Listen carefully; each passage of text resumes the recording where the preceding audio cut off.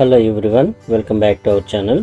ఈ వీడియోలో తీగజాతి మొక్కల గురించి అంటే కాకరకాయ, దొండకాయ, బీరకాయ, సొరకాయ ఇలాంటి మొక్కల్ని మిద్దె తోటలో ఎలా పెంచాను, తీసుకోవాల్సిన జాగ్రత్తలు మరియు దిగుబడి ఎక్కువగా రావాలంటే మనము ఎలాంటి ఎరువులు ఇవ్వాలన్న విషయాన్ని చూద్దాం. వీడియోని స్కిప్ చేయకుండా చివరి వరకు చూడండి. మన ఛానల్ ఫస్ట్ టైం చూస్తున్నట్లయితే సబ్స్క్రైబ్ చేయండి. తీగజాతి మొక్కల కోసం మొదటగా పాట్ సైజుని మనం చూస్ చేసుకోవాలి. ప్లాస్టిక్ టబ్బును కానీ వెడల్పుగా ఉండేలా చూసుకోవాలి. గ్రో బ్యాగ్ అయితే ఇంకా బాగుంటుంది. తీగజాతి మొక్కలకి వేర్లు స్ప్రెడ్ అవ్వడానికి అనువుగా ఉంటుంది.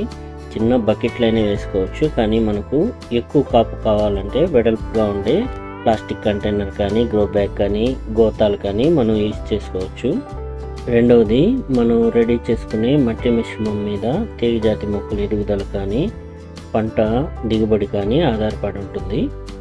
మన చుట్టుపక్కల ఉన్న మట్టిని కలెక్ట్ చేసుకుని అందులో రాళ్ళు, గాజు పెంకులు, ప్లాస్టిక్ పదార్థాలు ఇలాంటివి లేకుండా చూసుకుని క్లీన్ చేసుకుని అప్పుడు మనం మట్టి మిశ్రమాన్ని తయారు చేసుకోవాలి.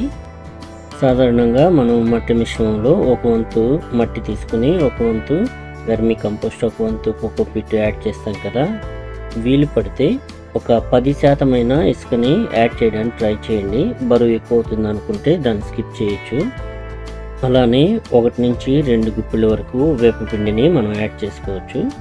మూడవదిగా ఎండ తగిలేలా చూసుకోవాలి. అంటే నాకు కనీసం 4 నుంచి 6 గంటలు ఎండ తగిలేలా చూసుకోవాలి. కొన్ని మొక్కలు ఎండ సరిగా తగలకపోతే దాన్ని ఎండ తగిలే ప్రదేశంలో మనం షిఫ్ట్ చేసుకోవచ్చు. ఎండ సరిగా తగలకపోతే రోగాలను బారిన పడే ప్రమాదం ఉంది కనుక మనము ఆ విషయం గమనించుకొని ఎండ తగిలే ప్రదేశంలో ఉంచుకోవాలి. తీగజాతి మొక్కలకి మనం ఇవ్వవలసిన ఎరువులు సాధారణంగా మనం వెర్మి కంపోస్ట్ కానీ, కిచెన్ కంపోస్ట్ కానీ, కౌడంగ్ మాన్యూర్ కానీ ఇలాంటివన్నీ ఇస్తాం కదా. ఇవి 15 నుంచి 20 రోజులకు ఒకసారి అందించవచ్చు. ఈ తీగజాతి మొక్కలకి ఎండాకాలంలో అన్ని రకాల లిక్విడ్ ఫెర్టిలైజర్స్ మనం అందించవచ్చు. మొక్క ఎదుగుదల ప్రారంభ దశలో ఆనియన్ పీల్ ఫెర్టిలైజర్ని మనం అందించవచ్చు. అలానే పూత పిందే వచ్చే ముందుగా మనం బనానా పీల్ ఫెర్టిలైజర్ని అందిద్దాం. 15 నుంచి 20 రోజులకు ఒకసారి మనం పుల్లటి మజ్జిగని అంటే పుల్లటి పెరుగుని డైల్యూట్ చేసుకుని మనం ఆకుల మీద స్ప్రే చేసుకుంటే మంచి ఫలితం ఉంటుంది. ఆకుల మీద చీమలు కానీ పురుగులు కానీ ఇలా ఇన్ఫెక్ట్ అయినట్లే మీకు ఏదన్నా కనిపిస్తే తప్పకుండా 15 రోజులకు ఒకసారి నీమ్ ఆయిల్ స్ప్రే చేయండి. అంటే 1 లీటర్ వాటర్లో 1/2 టీ స్పూన్ నీమ్ ఆయిల్ వేసుకొని ఒక 2-3 చుక్కలు షాంపూ వేసుకొని దాన్ని బాగా షేక్ చేసుకొని దాన్ని మనం ఆకు మీద మనం మొక్క అంతా స్ప్రే చేసుకుంటే ఇలాంటి పురుగులు కీటకాలన్నీ పోతాయి. ఇలా ఇన్ఫెక్ట్ అయిన ఆకుల్ని చూసిన వెంటనే కట్ చేసి జాగ్రత్తగా మన తోట బయట పారవేయడం చాలా మంచిది. లేదంటే ఇతర ఆకులకు కూడా స్ప్రెడ్ అయ్యే ప్రమాదం ఉంది. గ్రో బ్యాగ్లో కానీ వెడల్పాటి కుండీలో కానీ మనం మొక్కను నాటాము. అలానే వెల్ డ్రైన్ సాయిల్ని ప్రిపేర్ చేసుకున్నాము. వాటికి హోల్స్ ఉండేలాగా వాటర్ వేసినప్పుడు ఆ వాటరు డ్రైన్ ఫెసిలిటీ ఉండేలాగా చూసుకొని అలానే చక్కని ఎరువులు అందిస్తున్నాము. నీమ్ ఆయిల్ స్ప్రే చేస్తున్నాము. పుల్లటి పెరుగుని ఇస్తున్నాము. ఇన్ని చేసినా కానీ తీగజాతి మొక్కలు ఎండిపోతున్నాయి, త్వరగా పాడైపోతున్నాయి అనే కంప్లైంట్ మనం వింటుంటాం కదా. తీగజాతి మొక్కలు ఎండిపోతున్నాయి, దీనికి పరిష్కారం చెప్పగలరు అని మన సబ్స్క్రైబర్స్ ఒకరు అడిగారు. తీగజాతి మొక్కలన్నిటికీ మనం తగినన్ని నీరు ఇవ్వాలి. ఇది మొదటి ముఖ్యమైన విషయం. మనకు దాహం వేసినప్పుడు గొంతు ఎండిపోతుంది కదా, అలానే మొక్కలకు నీరు తక్కువైనప్పుడు ఆకులు ఎండిపోయినట్లుగా అయిపోతాయి.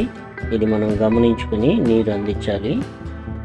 మట్టిలో మనం వేలు పెట్టి 2 అంగుళాల వరకు మనం చూసుకొని మట్టి పొడిగా ఉంటే నీళ్లు మొక్కకి అవసరం కనుక నీళ్ళు అందించాలి. ఒకవేళ పైపొర కూడా మనం చెక్ చేసిన తర్వాత తడిగా ఉంటే నీళ్లు అందించాల్సిన అవసరం లేదు. ఈ విషయాన్ని మనం గుర్తుపెట్టుకోవాలి.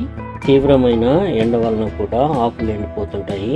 మొక్క కూడా వాలిపోయినట్టు సోలిపోయినట్టు తయారైపోతుంది. అది మనం గమనించుకోవాలి.